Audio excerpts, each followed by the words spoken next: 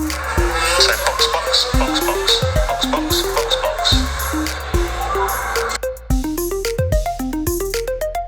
Hi, my name is Rochelle and you're watching or listening to Box F1 Pod. Today we're going to be debriefing the Monza Grand Prix, which was an insane race from start to finish. And while we're talking about that, I'm going to be making a taleggio risotto, which I chose because risotto is a relatively regional dish to Lombardy. Not that it's not made in the rest of Italy, but Lombardy is known for their risottos. And taleggio, which just happens to be my favorite cheese, is also from Lombardy. So I decided to combine the two. So I'm going to be making a taleggio risotto while we chat all things Monza. But first things first, it's time for the digital warm-up. Lap 1, off the grid. Okay, so a couple of things from last weekend. The TikTok trend to August by Taylor Swift, where people are like picking up their pets and swinging them around, and it's like, back when we were still changing for the better. Yeah, that one. That was really well sung. You're welcome. So Fernando did the exact same thing, but with his trophy from the Dutch Grand Prix, which I am obsessed with. Whoever is running his social media accounts needs a raise. And A+ Fernando for just going along with whatever he's told to do. Another thing that happened was Charles post in his like recap of the weekend. He started his thing with a picture of him and Pierre and captioned it like, "Congratulations, Pierre, I'm so happy for you. I'm so proud of you." But I like the post because like, yeah, the first sentence was him congratulating Pierre, but like the rest of the post was like, "Oh, and by the way, my weekend sucked, bye." Which is just so Charles. Everything he does is just like tragic. Anyway, moving on to this weekend, Christian Horner and Max did a event or appearance at the Tag Heuer. I really don't know how to say the name of that watch brand, so I apologize if I'm butchering it. But they did an appearance at the Tag Heuer store in Milan, and they like basically asked each other questions.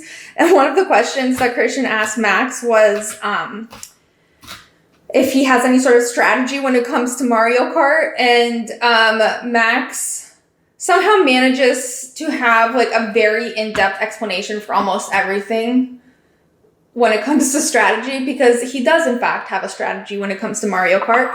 He plays as Mario if he's starting at the front, or I forgot the second one, and then he plays as Bowser if he's starting from the back, which I love that. You have to have strategy, right?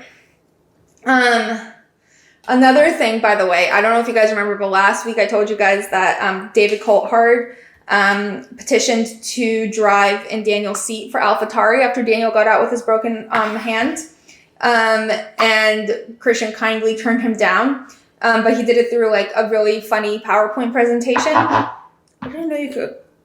Every time I cut shallots, I forget that you can cry from shallots. And I'm like, this will be fine. And then I start crying like an idiot. Okay. Should have done this off camera. It's okay, I usually cry during these. Anyway, my point about David Coulthard is that he will in fact be driving for Daniel Ricciardo, because do you remember back before Daniel was officially back on the grid, it was announced that he'll be driving for Red Bull at their race at the what's it called? Nurburgring. The Nurburgring. Seb's gonna be there. Yuki's gonna be there. They're driving like old Red Bull cars and racing against each other.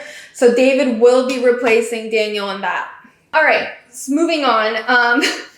Alex Albon. I don't even know how to explain this. I will link it. I'm gonna link all of this, but I will be linking this in the show notes because it's something that you have to see to understand. But even when you see it, you still won't understand it because it just makes absolutely no sense. But okay, sorry, I am back. I had to take a break because my eyes were killing me. But anyway, I had moved on to Alex doing a marketing campaign for a cell phone for the OnePlus. And at first, I thought it was for the car because he like drives into the shot in a Mercedes. And then he has like the bald filter on himself. But the caption is fast, smooth, brilliant, high performance, powerful. The OnePlus Nord 3 and I have so much in common.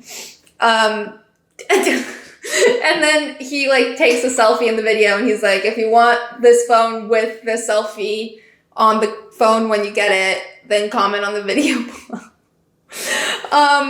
Honestly, how this like got through marketing, I will never understand. I'm very happy it did. I think Alex is a marketing genius and should be used more heavily by like Williams advertisers such as Duracell. Forgot the name Duracell. Anyway, I will link it below. It's something you have to see to like believe. But anyway. Moving on to some F1 news. George and Lewis have both extended their contracts with Mercedes, which is very exciting. Lewis went through like a like, I don't know how to describe it, a press tour, I guess, with this announcement. So he met with a bunch of media people. So he was doing a bunch of interviews. And one of the things he said, which is like, sassy. I don't know if it was necessary, but he said it anyway. He was asked if he's impressed by Max, and he said he's no more impressed by Max than he was by anyone else who's ever dominated for a period of time, including himself. Michael, Schumacher, Seb. Don't really believe he wasn't impressed with himself, but or any of the other ones. I feel like he's like allergic to paying Max a compliment. And then he said that he also thinks that he's never had that Max has not had as good of teammates as he has, and proceeded to name every single teammate he's ever had, except for Nico Rosberg. And then the interviewer lady was like, and Nico? And he's like, oh yeah, obviously, and Nico, that was an accident. Was it an accident? It was not. But, yeah, slightly sassy interview from Lewis there. Objectively, though, in terms of the teammate thing, I suppose it is true that he has had 3 world champions as his teammates. I don't know if Nico counts as one of those, considering he became a world champion and then quit. But still, he's had actual world champions as his teammates, and Max technically hasn't. But still, I feel like it's low-key a slap in the face to Checo, to Daniel, to Alex and Pierre, who were unceremoniously fired by Red Bull before their prime. So, but I guess technically true, so whatever. All right, lap 2, off-duty F1. Okay, so Alex, Lando, George, and Max got together in Monaco to play padel. Which I'm not entirely sure, by the way, so correct me if I'm wrong, but I'm pretty sure padel is basically European pickleball. I think it's mostly the same, right? Maybe the courts are a little, but the same concept. Rich people playing like a tennis knockoff. No offense to paddle and pickleball for describing it that way. That's how I understand it. I know nothing about either. But so they all got together, and there was a really cute boy band picture of them. Loki offended for Charles because he wasn't invited to this, and it was in his home country, which is also his home city and his hometown and his home neighborhood, because it's like 4 feet long. But then I think he actually had a lot of press duties in Monza earlier in the week, so he probably wasn't actually around. But anyway, so, and also 5 is hard to play. So it was 2v2, and at the press conferences, Lando elaborated about who won, because they posted no information with this. Yeah, they posted no information with this. So Lando said that it was first him and Alex versus George and Max, and him and Alex dominated, and then everyone collectively decided the teams weren't fair. So they decided to reshuffle, and Lando ended up with Max, and Alex ended up with George, and Lando won again. So he said, on average, I won 100% of the time, and George lost 100% of the time. But it was very cute. group photo, very wholesome. I love that they get together and play. And that they left the comfort of their gaming setups and actually went outside to hang out. That's great. I wonder if they got crepes after. I wonder if George and Alex are privy to their crepe dates that Max and Lando go on. So many questions. All right, I'm going to start frying up the shallot, so I'm going to maneuver over. BRB. All right, so moving on, Fernando did an interview with a high performance podcast where he basically got asked a whole bunch of questions about his process and how he thinks and how he prepares, which was actually really fascinating, but there's just a couple of key takeaways that I want to talk about. There were many key takeaways, but these are just a couple that I want to focus on. First of all, side note, the question they asked Fernando about, are you alone because you're an F1, because most people your age have been married at least once and have at least one child, I found that very rude. He handled it fine. He's like, yeah, probably, but whatever. But just like, what a rude question to ask. And also he talked a lot. I love to hear like his approach to everything, because we're always talking about how his brain never stops working. And one of the things he talks about is that he's like super prepared every single race week. He goes above and beyond to prepare. He says that actually during the week he might not spend necessarily that much time prepping, but when it comes to like the actual weekend, he's like full, especially after free practice, like that like really triggers him for some reason. And by the time Sunday rolls around, he's like over prepared. He's asked the engineers every possible question he could think of, every scenario. He's like gone through every possible situation. And he says that, so when people like are like, how could Fernando ask that question on the radio? How did he even think of that? He's like, that's actually not me. That's like all of the engineers, like their strategies, their scenarios. It's all of their stuff that I have asked about in advance. So when I see something happening on track, I can reference back to what they told me, which whatever is still really, really impressive. And also, you know what it reminds me of? It reminds me of Doctor Strange in Endgame, where he's like coming up with every possible scenario of what the outcome might be. This is Fernando, like saying in this car, he's like, I see it ending this way, I see it ending this way, I see it ending that way. Doctor Strange of F1, Fernando. Another thing that I really love to hear is that he said that taking a break from F1 was actually really important for him, because he began to appreciate the things that he hated as a driver. For example, the anthem, interviews, all of his media stuff. Like, he hated that. Sorry, it's my dog. He hated that before, and he has a newfound appreciation, because he was like, as a fan, I loved being able to see that. I love being able to see the behind the scenes, and it's why I approach it much differently this time around. And it's probably why we have such incredible social media content for him. So bless up Fernando for taking that break for us. Also, on a final note, the last question they asked him is if he does this often and if he likes reflecting in this way. And Fernando was like, yeah, I like reflecting. But like, given the way he was answering these questions, I don't think he's ever thought about any of this. Like, I fully believe that like he's very meticulous and has a very specific process that he follows to a T. But like, he doesn't like reflect in the way that they were making him reflect. So a lot of the questions, like, what was the best advice you've ever gotten? Like, walk us through step by step your process every weekend. Like, I don't think he's ever like spelled it out before. So like, you could see him like working in real time, trying to figure out how to phrase it. So that was really interesting. Moving on to one of my favorite things that happened last week. Gas and Oda had a meal together. Technically they cooked together, but actually I think Yuki just cooked for Pierre. So he went over to Pierre's house. Pierre had a full chef's outfit for him, which Yuki made sure everyone knew he doesn't just walk around with a chef's outfit.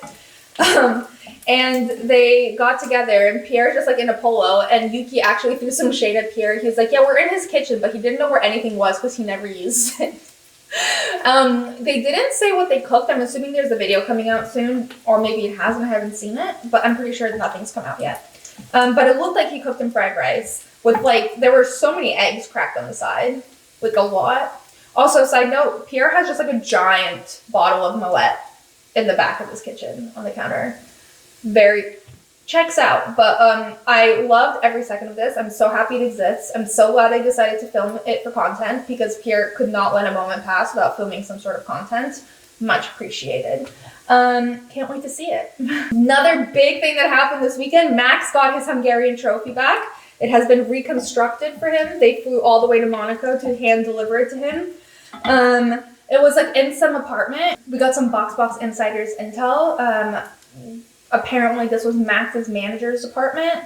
And Lando lives in the same building as him. So he just like came down to watch them hand it off. And I think it's hilarious. I'm pretty sure they invited Lando specifically to just make fun of him not being able to touch the trophy. But Lando showed up in like socks, like shorts, and like a 3/4 zip with a backwards cap and like, what are those puka shell necklaces? Or it looked like one. It was very like giving like hard OC vibes. It was a little much. But Max, of course, is dressed in like his little polo, like very clean and put together. He shook hands with the guy. They made jokes about Lando not touching the trophy. It was great. I fully appreciated every second of that. All right, moving on. Lap 3, trackside. Sorry, my dog. You watch that? Shh. Okay.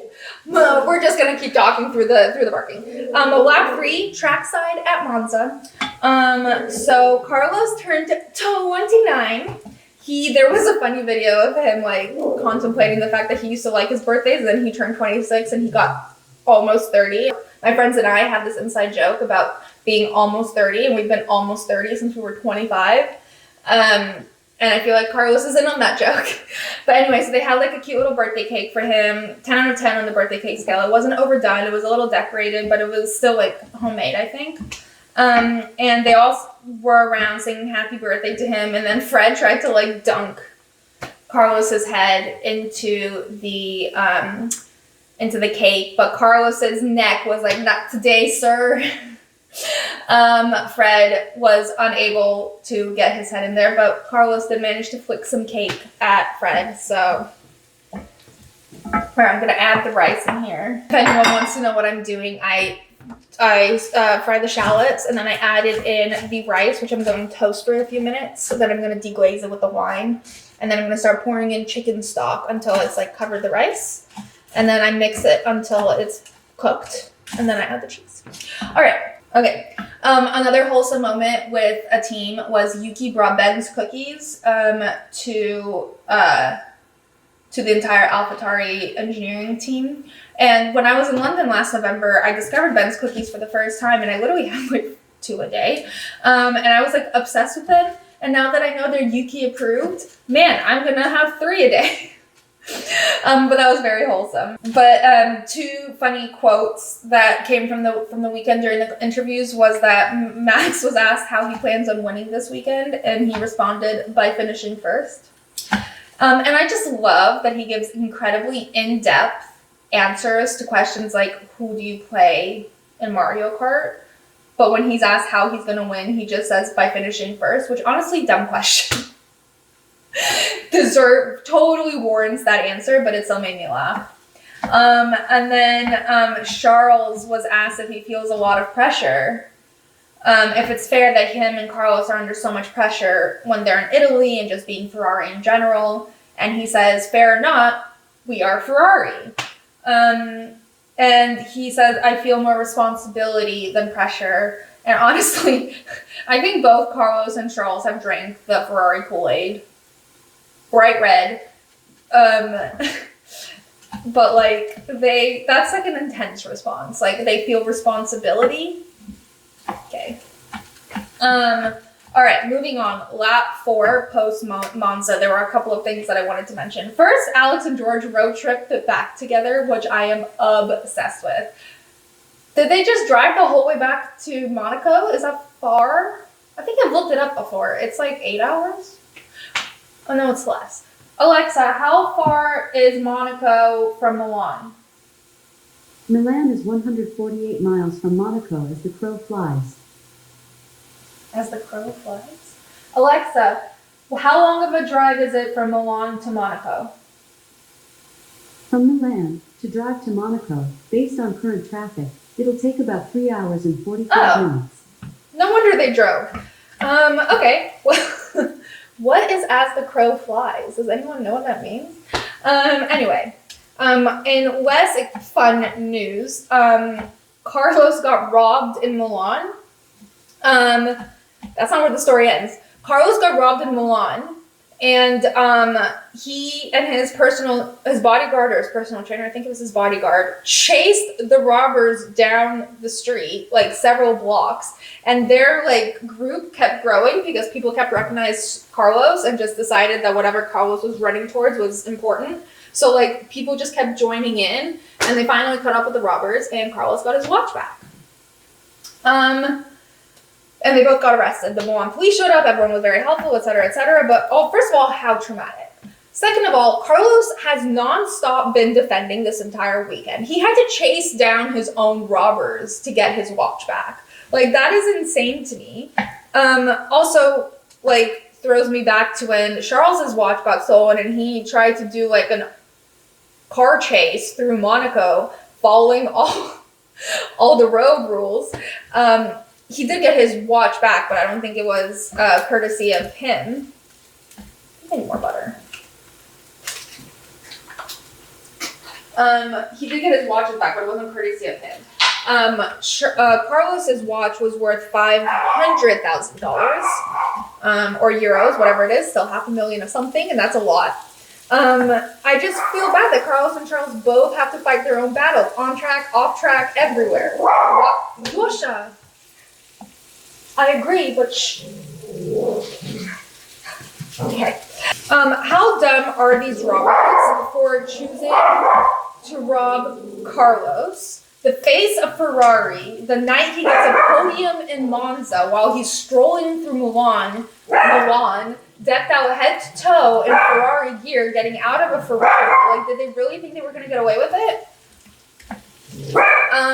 Even if it wasn't Carlos himself who tackled them to the ground, like, they were still not going to get away with it. Also, side note, how many drivers have to get robbed of their watches for them to be like, maybe I shouldn't be wearing this? Anyway, with that, we conclude our digital warm-up. On to the race ride. Benvenuto alla Monza, where all of Italia wants Ferrari to Forza. Don't know if Forza can be a verb, but Forza they did. Both Carlos and Charles were determined AF when they got to the grid. Starting in quali, Carlos didn't care who got in his way. He can outpace Max all day. Except for Sunday, I guess. But pause on that story. We've got other drama to digest. Formation lap was barely complete before Yuki's engine got too much heat. The FIA freaked that their strict starting procedure was all out of whack. It took like 5 minutes to get everyone back on track. So when the lights finally went out and away they all went, Carlos put that pedal to the metal, but can't get Max off his scent. Carlos did hold his own for 14 laps of the Grand Prix, which is way more than we can say for like over half of the grid in 2023. Then it was Checo's bull against both prancing horses. They fought hard, but not much they could do. Checo's forced his way into P2. Now let's take a break from Charles and Carlos's race and check in with George's. Both Georgie and Lewis got a 5-second penalty apiece. Lewis tapped Oscar while George overtook Esteban off track like, peace. Unrelated, Estie Besties Irished goodbye his way out of the race. It was a steering issue, but the broadcast saying nada is just rude and low-key a disgrace. Now back up to the fight up front. Let's unpack. It's Charles versus Carlos in an episode of Let's Give Fred a Heart Attack. Charles gets told not to take any risks, but Charles is like, you're breaking up. Pretty sure you said to persist. Charles, then Carlos, then Carlos, then Charles. This battle was insane. But after a lot of hard work, P3 went to the King of Spain. Bless up Carlos for getting a win in front of the Tifosi, and shout out Max for 10 wins in a row. You earned that trophy. And with that, F1's Euro trip has come to an end. Next up is Singapore. Can't wait to see who goes full send. Lots of guns. Okay, I'm back. I've poured some, here, let me show you. I've poured some chicken stock in here and it's currently cooking down. I don't know if you can see that. And as it continues cooking down, I'll keep adding chicken stock to make sure the rice is cooked until it's al dente. Anyway, moving on to analysis. So this isn't exactly quali yet, but during free practice, One of my favorite parts was Yuki kept getting really annoyed by the Mercedes. Because Lewis kept getting in his way and he kept getting on his radio and he's like, Lewis doesn't know how to get out of the way. And he kept saying this. And then one time he said it again and he's like, it's fine. I'll just get him back next time and I'll do it to him. And he's like, oh wait, that was George. And I just feel like they're both in, Yuki's not happy with either. So he's going to try to impede as many people as he can. I kind of loved, I love when Yuki gets annoyed on the radio. Love it. Also, speaking of pissing people off, Carlos kept pissing everyone off during free practice and quali. He was pissing Yuki off. He was definitely pissing Oscar off, who I've never seen get so rattled on the radio. And by rattled, I mean he just went, May, is Carlos blind or what? Still very calmly. But kudos to Carlos, honestly, for being the only person to get Oscar to show like a hint of emotion on the radio. But yeah, Yuki also kept going, what is Carlos doing? He's winning. That's what he's doing, Yuki. He is winning. But also, sorry, back to Oscar. I keep forgetting. Like, have you guys seen the like theory that Oscar has like major beef with Carlos? Like, that's really bizarre. I don't know where it's coming from because I don't know if Oscar is capable of having beef with anyone, or as I like to call it, beef. I think all F1 rivalries should exclusively be referred to as beef, courtesy of Pierre, who has beef with half the grid. One of my favorite moments from quali, not going to focus so much on quali because let's be honest, the race was unreal, and the really best moment of quali was Carlos when he got pole position, and his radio at the end was everything on his end, let me add. He was like, tell me we have it, like, in that voice that's like almost desperation, ecstatic, like he was so thrilled. And Ricky kept going, yeah, we have it. And he was like, tell me we have it. And Ricky was like, yeah, we have it. And then he was like, let's just like close the job tomorrow. And Carl's like, okay, let me be happy. And Ricky just goes, so rude, just like a little giggle after raining all over Carlos's well-warranted parade. Also, love the Tifosi. The Tifosi is such positive energy, except for when they tried to boo Max, and Charles immediately turned around and just like stopped them. And they immediately listened. Immediately. I've never seen such a quick reaction. They start booing. Charles turns around and goes, silence. Just immediate stop. But the best part of the post-quali race afterwards was Charles and Carlos are in such a good mood. Like, P2, P3 in the race, amazing. The Tifosi are happy. They're happy. Purely they're, like, off of their backs. Like, I'm not giving Ferrari any credit for this. Ricky even tried to rain on Carlos's parade. Like, they can't even be happy appropriately. But like they were talking during the press conference, like fully engrossed in a conversation, and there was like a full 30 seconds while they were waiting for Carlos to answer before he went, oh wait, sorry, what? And everyone started laughing. It was very funny. This is the starting grid for the race. Carlos in first, followed by Max, Charles, George, Checo, Alex, Oscar, Lewis, Lando, Fernando, Yuki, Liam Lawson, Nico Hulkenberg. By the way, sorry, I'm going to pause for a second. Liam Lawson sounds like a superhero. Nico Hulkenberg sounds like a villain, just like one after the other. Valtteri Bottas, Logan Sargent, Joe Guan Yu, Pierre Gasly, Estie Besties, Kevin Magnussen, and 20th is Lance. Lance has had some issues this weekend. He keeps having issues, and I don't feel like it's all his fault, and honestly, his heart just doesn't seem in it. He seems like he wants to be literally anywhere besides where he is. Which is sad. Also, has anyone ever thought about whether it's his like decision to be here or if it's his father's decision for him to be here? Don't know. All right, so the race. Oh my god, the race. So Yuki, during the formation lap, Yuki DNF'd. His engine started smoking. He had to pull over to the side of the road. So by the time everyone pulled up to the starting grid, the race start had to be aborted. They kept saying the word aborted like they were about to launch into space.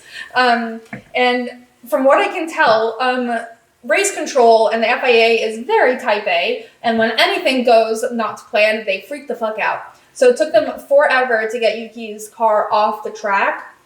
They made them go around one more time, but like they still weren't ready for them. And the engineers needed to go on track because they need to make sure the tires don't overheat and keep everything cool. And they weren't allowed on track yet. The FIA was kept trying to figure out what the hell they want to do with the situation. It was bizarre. A couple of engineers ran like astray and ran onto the track, but they didn't approach the cars. It was very confusing. But Yuki's car was stuck in gear, so they couldn't remove it very easily. Checo got on the radio and he's like, "Why is it so hard to remove the car?" My favorite radio during this moment was when the engineers finally ran onto the grid. Charles on his radio goes, "Nice. I was wondering if you were walking here from Rome." Sass. The sass. Also loved the shots of Yuki getting into this giant truck to hitch a ride back to the paddock. And it's like this massive truck and a baby Yuki in the front seat. Back to what we were talking about. The issue with having to delay this right before you are ready to go is it really fucks with your head as a athlete. You know, you're ready. It's the minute you're supposed to go, and then suddenly you have to stop and wait. It's not even the same as stopping in the middle of the race. It's the minute you're most ready, you suddenly have to halt everything you were thinking and feeling, get your head back in the game and But anyway, they restart, and Carlos is able to hold on to the lead, and it's very exciting for him and for the Tifosi. My goodness, they're loud. We thought the Dutch were loud. The Tifosi are loud. And he managed to hold on to the lead for 14 laps. 14! I'm pretty sure, I don't remember all of them, but that is one of the highest led amounts this year that's not Max Verstappen. Anyway, good for him. He did a great job. You know that meme that everyone keeps using of Barbie and Ken when she's going to the real world and she's just singing along in the car, and then he pops up in the back seat and she's like, "Wah!" and he's like, "Wah!" That's relevant anytime someone's ahead of Max, but today it felt most relevant because literally in a second he was right in Carlos's rearview mirror, and Carlos literally had to spend the entire time going, "Ah!" The fight that Carlos put up against Max honestly deserves an award of its own. Max very calmly on the radio was he's already slowing down a bit, so it's gonna be okay. And GP's "Okay, understood. Just be sensible, Max." Max tries to overtake Carlos, but Carlos defends in a very aggressive way. That's great racing. And Max gets on the radio and goes, "That was naughty." But you can hear how happy he is. You can hear the smile in his voice because he's finally something he says he loves winning. He prefers to be winning all the time than he prefers to be fighting all the time. But that's not really true, right? All he means is once in a lifetime chance that he has to lead in this way. It's not going to happen every season. It's probably never going to happen to him again quite at this rate. So that he I believe thoroughly enjoys, but that doesn't mean that he doesn't miss racing. He's a racer. He loves to race. He loves a challenge, and he loved Carlos pulling that move on him. Poor Carlos probably is quite stressed. But by lap 15, even though Carlos fought with his entire heart and soul, Max gets ahead, and it was he was unleashed. You didn't see how much he was suppressing his speed. Yeah, he couldn't get around Carlos. It's not he was slowing down on purpose. He just couldn't get around Carlos. But once he was in free space and had fresh air, man, did he spurt forward. He had one of those Mario Kart rainbow things. He just zoomed on ahead. So then it was Checo versus the Ferraris. And Charles desperately tried to defend against Checo. He tried and he put up a great fight, but Checo eventually gets around him. They do touch slightly, but it wasn't that bad. Or, I don't know, it looked like they touched, but then someone was "Oh, it's just the dust from the gravel." Whatever, it was close. And then Checo has to overtake Carlos. And it took him about 10 more laps to get around Carlos. And man, oh man, Carlos was really Checo kept trying to get Carlos in trouble. The commentators were like, oh, he's like really on the racing line. Like he's really towing it. Like the moves he was pulling, like braking at the very last minute or pulling right in front at the very last minute. But it seemed that he was doing it like right on what was legal, you know? And it was really frustrating Checo. Checo was getting so annoyed. At one point there was like a Ferrari sandwich of Checo, like almost squished in between the two Ferraris as Charles was trying to gain on Checo, and Carlos was trying to defend against Checo. It was a hot mess. The commentators were like, the Ferraris came with a vengeance to this track. Like, truly, I've never seen them this alive. I really hope it carries on. Also, crazy moment, but do British people say the word highness? Because that's what one of the commentators said, and it really shook me. I never heard any, 4 years there, I don't think I've ever registered anyone saying the word heinous as highness, unless I somehow went 4 years without hearing that word. But anyway, Checo finally overtakes Carlos in lap 46.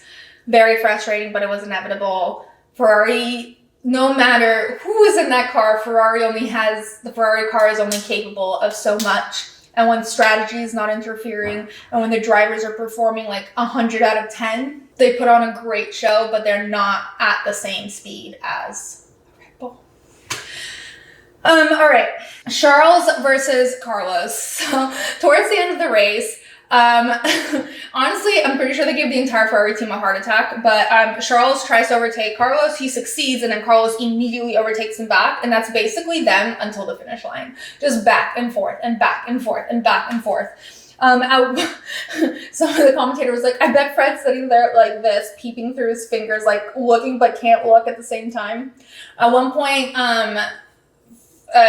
Charles gets told on the radio that he needs to not take any risks, which Charles just straight up ignored. Like he was just not listening.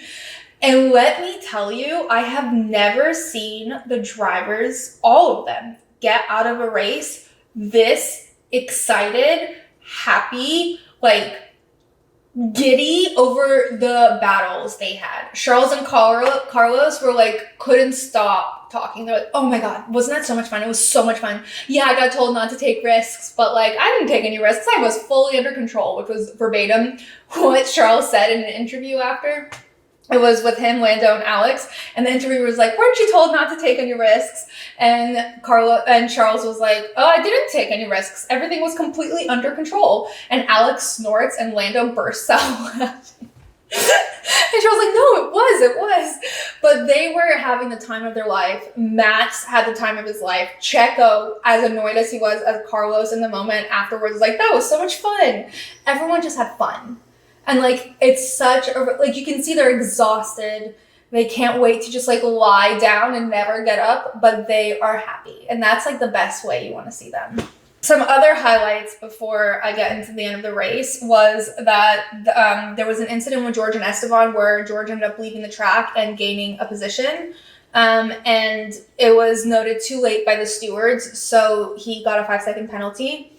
And that makes sense because by the time they gave him that, he was like 5 cars ahead of Esteban, so he couldn't really give the space back. Also, Lando and Oscar had a bit of contact, and the commentator called it argy-bargy, and I love when they whip out the term argy-bargy. It's just like a wild thing to say. The stews decided not to investigate, but I'm only noting it because I thought the commentator's description of it was hilarious. They were like, he said, I saw nothing wrong other than 2 teammates squabbling over the same piece of tarmac. What a poetic way to describe the situation. Later on, it was not Oscar's day, by the way. Later on, him and Lewis had an incident. Lewis basically crashed into Oscar. They both had to go through the emergency or the exit escape route or whatever, and both ended up back on track.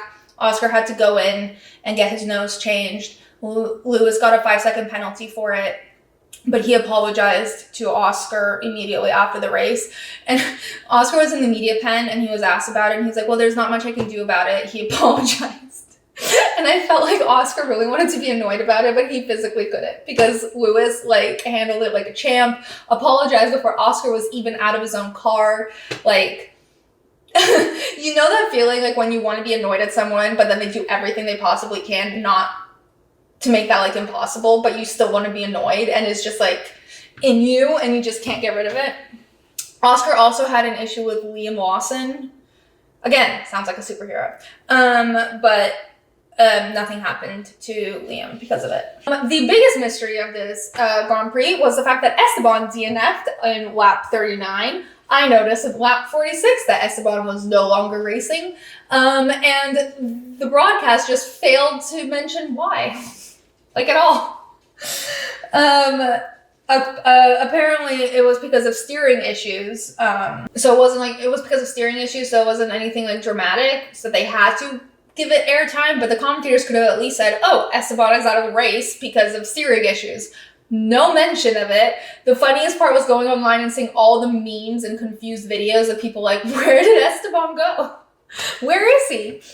All right, some of the best radios were, okay, this isn't the best radio, but I just need to mention, Lando really toes the line between sassy and asshole.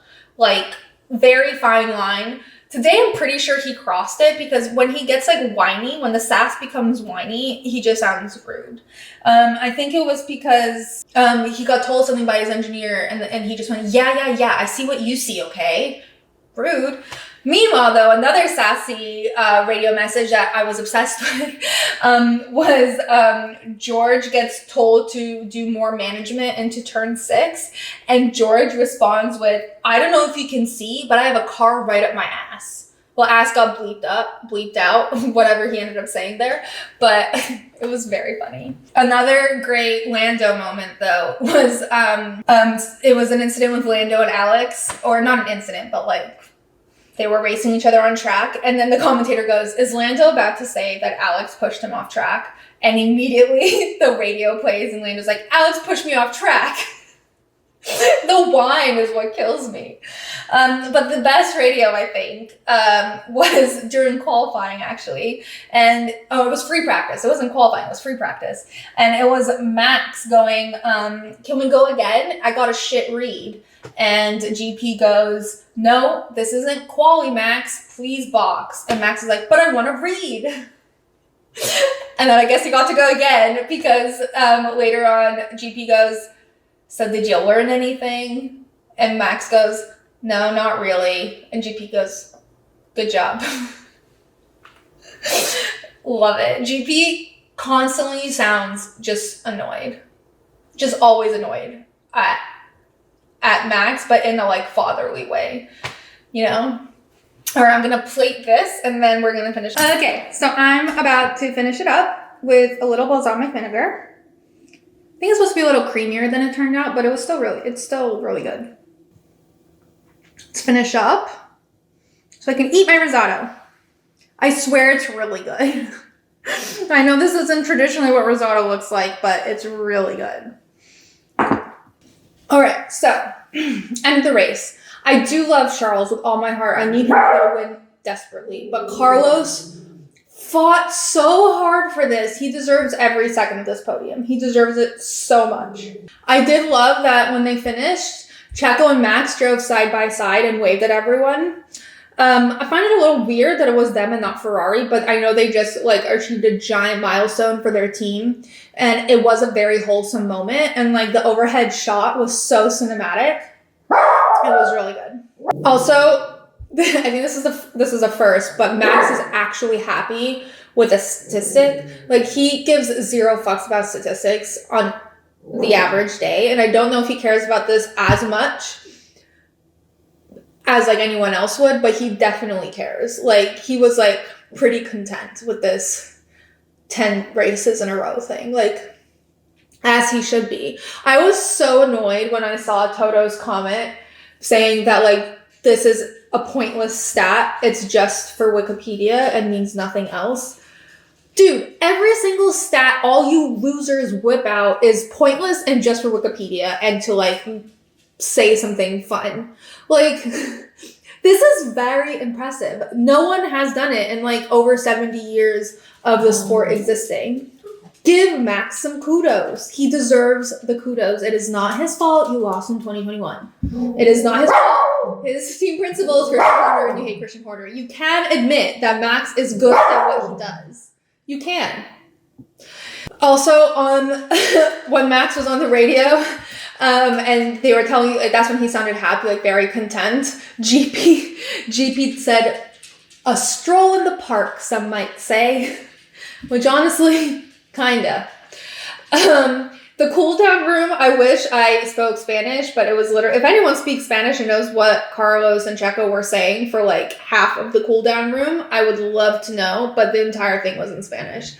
And then Max arrived and they start dissecting as always. Carlos is a good person to have on the podcast. He loves an analysis, loves to analyze. And Max actually looks pretty proud of himself, and I love that.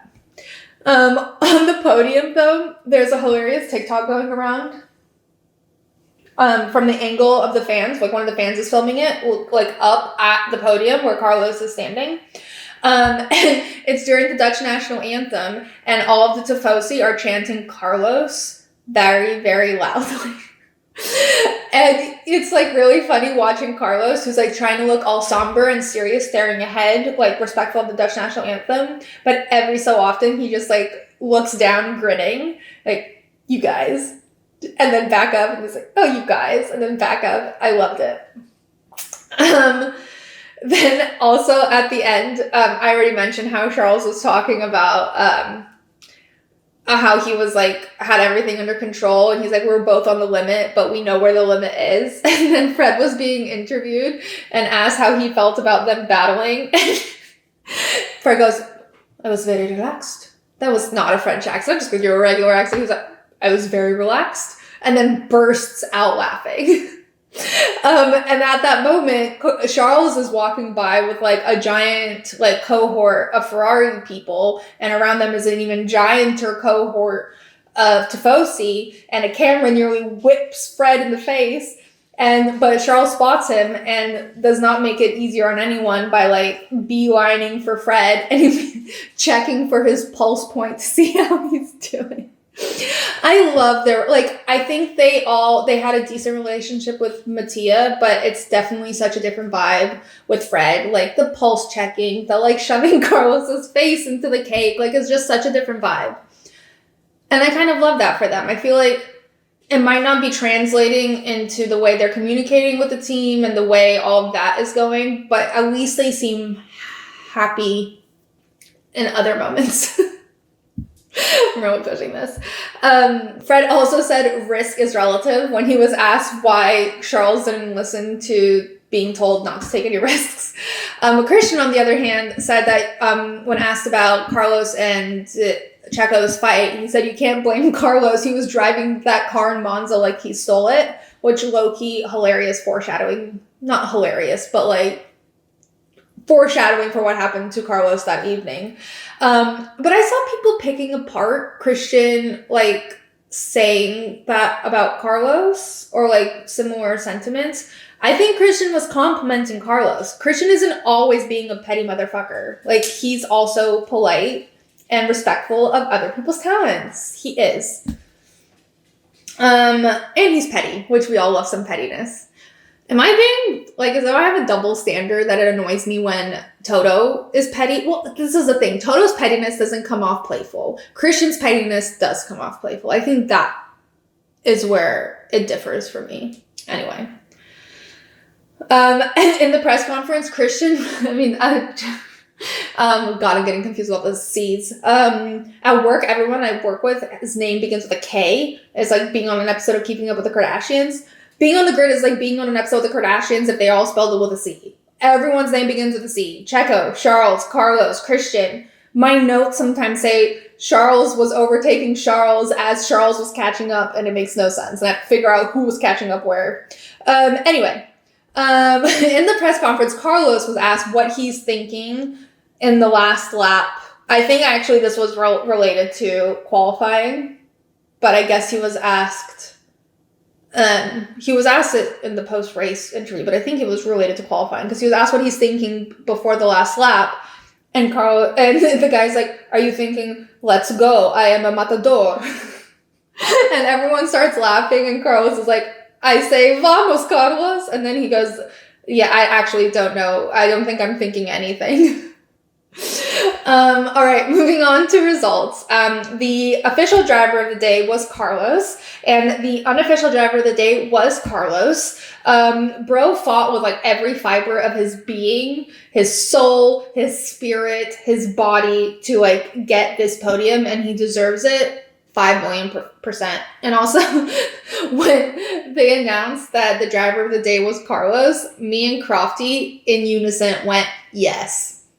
Yes, because we were both like, who else is it gonna be? However, I will give a couple of honorable mentions, as I always do, although I don't think there's any contesting this driver of the day. Driver of the weekend, driver of the month, just Carlos was epic. The honorable mentions I think go to Checo, who fought those Ferraris very hard, and they put up quite the fucking fight. And of course, Max, who has done the absolute unthinkable. I know Lewis isn't particularly impressed. Toto is definitely not impressed, but I think that it's pretty impressive. Not only has he gotten 10 race wins in a row, he has also broken the Monza curse. The curse that no one thought could be broken. Matter of fact, the birthday curse, which I fully made up and only exists in my head, where the drivers never have a good weekend when it's their birthday weekend, was also broken because it was Carlos's birthday and he did phenomenally. So I fully believe that both curses were broken this weekend, which actually, I believe, has also earned Max the title of curse breaker. And if he's offering his curse breaking services freelance, I highly suggest he seeks out a certain Monegasque prince who is in desperate need of some assistance. If he can break the Monegasque witch curse, there is nothing Max cannot do. He might win every race for the end of time, honestly. All right, dick in the box. The only dick in the box that I can think of is Lewis for hitting Oscar going through the chicane and like pushing him off. But that like barely counts because he got a penalty and then he apologized to Oscar immediately, like before Oscar had a chance to jump out of his car. So he can't actually be the dick in the box. Honestly, everyone was pretty much on good behavior today. So like, I don't really have one. I find it weird not to nominate a dick, which usually is pretty easy for me, but I don't think that Monza was just such good vibes. All right, the results of the race were Max, Checo, Carlos, Charles, George, Lewis, Alex, Lando, Fernando, Valtteri, Liam, Lawson, 11, he almost got a point, Oscar Piastri, Logan Sargent, Joe, Pierre, Lance, Nico, Kevin, Estie Besties, who DNF'd, and Yuki, who DNF'd. Sad. So the current standings are Max with 364 points, Checo with 219 points, Fernando with 170 points, Lewis with 164 points, Carlos with 117 points, Charles with 111, and George with 109, and then we get below 100. For some reason, I thought that Carlos would be ahead of Lewis, but I guess not. And then the constructors are... Oh, also the only 4 people with no points yet are Logan, Liam, Nick DeVries, and Daniel Ricciardo. This lineup is getting very long with all the people that are being replaced. Liam obviously has been here for 2 races. Daniel also had 2 races. And Nick's no longer participating. So really it's just Logan. And I feel like he's so close. I feel like it's so frustrating for poor Logan. I believe he can get it. And I don't know when I became a Logan sympathizer, but I am. And I just really want him to succeed. And by succeed, I mean get a point. All right, the constructors is Red Bull with 583, Mercedes with 273, Ferrari with 228, Aston Martin with 217. Ferrari managed to outrank Aston this week. McLaren with 115. Alpine 115. No, McLaren 115. Alpine 73. Williams 21. Haas 11, Alpha 10, and AlphaTauri 3, all of which are Yuki. Okay, so that's it for the Monza Grand Prix and for the European leg of the season. We are off to Asia. Singapore is in 2 weeks, and if you have any ideas on what I should make, please send them my way, mostly because I literally cannot make up my mind. At the moment, I will be making the entire Singapore food market. Otherwise, make sure you subscribe, share with any potential boxes, leave a review, or just DM or email me your thoughts, because I always love to hear from you guys. And make sure to follow at BoxBox F1 Pod on social to keep up in between races. I'll see you guys soon. Box.